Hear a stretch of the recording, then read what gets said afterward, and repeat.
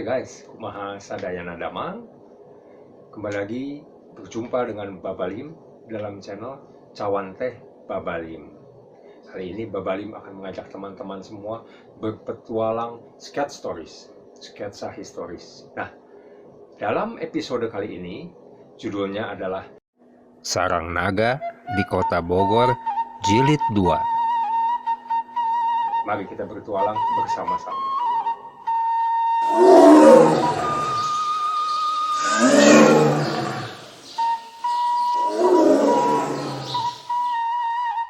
Teman-teman, kita tinggalkan dulu masa Tarumanagara. Kita beralih ke masa Kota Bogor yang dahulu disebut Buitenzorg. Buitenzorg tahun 1750. Saat itu, pemerintah VOC Belanda memutuskan memindahkan pusat politiknya ke sebuah kota yang konon pernah menjadi ibu kota kerajaan Sunda terbesar.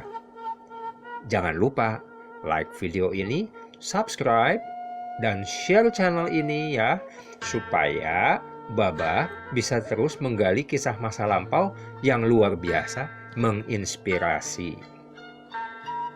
Baba lanjutkan, Istana VOC di Batavia tetap jadi pusat kekuasaan ekonomi.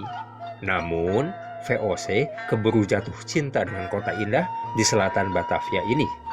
Saking indahnya, VOC menamakannya Buitenzorg.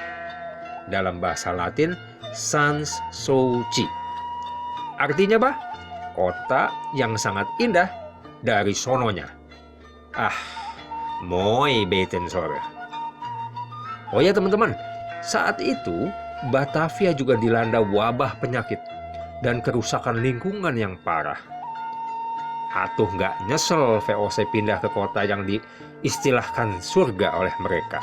Ada seorang petualang Belanda yang menulis kisah perjalanannya.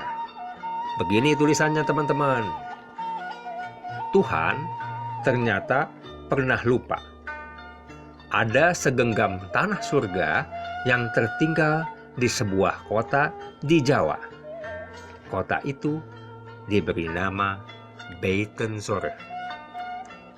Merinding ya teman-teman kalau kita membacanya.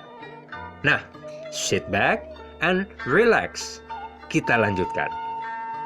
Dahulu, Istana Buitenzorg dibangun 2 lantai.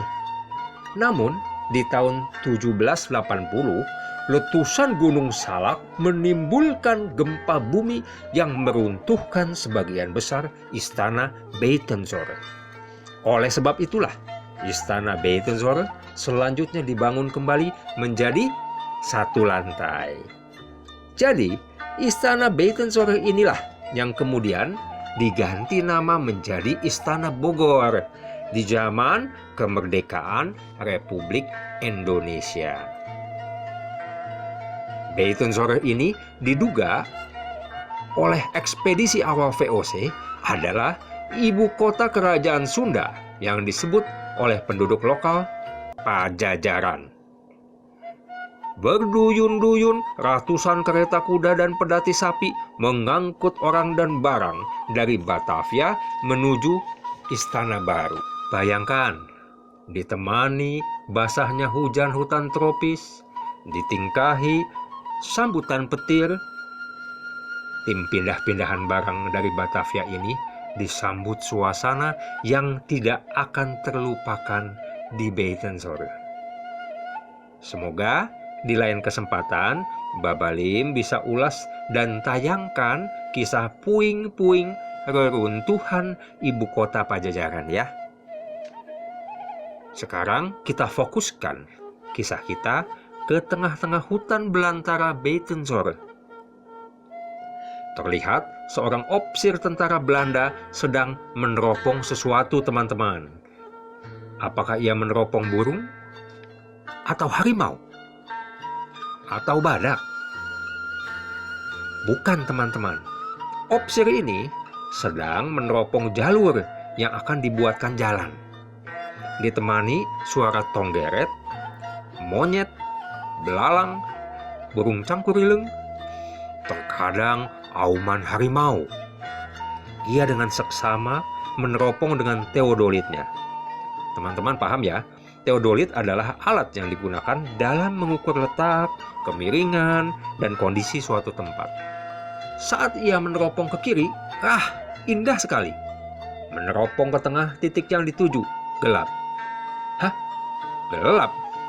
Dia teropong ke kanan untuk memastikan teodolitnya normal atau KW.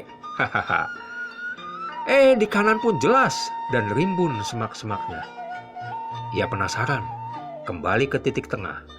Wah, asap hitam menyelimuti lensa pandangannya. Namun, saat dilihat dengan mata telanjang, semua normal. Opsir ini memanggil kawannya, mencopot teropong teodolit dan menelitinya. Semakin diteliti, semakin membingungkan. Akhirnya, habis akal mereka, pulanglah mereka ke markas garnisun di istana Beitenzor. Hanya tonggeret, suara lantang lutung, dan bunyi burung hantu yang temani mereka saat dengan bergegas naik kuda menuruni jalanan yang naik dan turun. Sesekali, kuda mereka terpeleset kecil. Esoknya, para opsir ini melaporkan kejadian aneh ini pada komandan dan wakil gubernur. Awalnya mereka tidak percaya, namun pengakuan seluruh opsir yang turut serta membuat mereka penasaran. Wakil gubernur meminta komandan garnisun mencari informasi dan solusi akan hal aneh ini. Seorang komandan kemudian mohon izin bicara. Ia bercerita, kata kawan-kawan ada seorang pensiunan opsir namanya Aquaboci. Tepatnya Prince Aquaboci. Seorang tentara yang lahir di pantai Afrika. Konon ia mampu berkomunikasi dengan para roh dan arwah.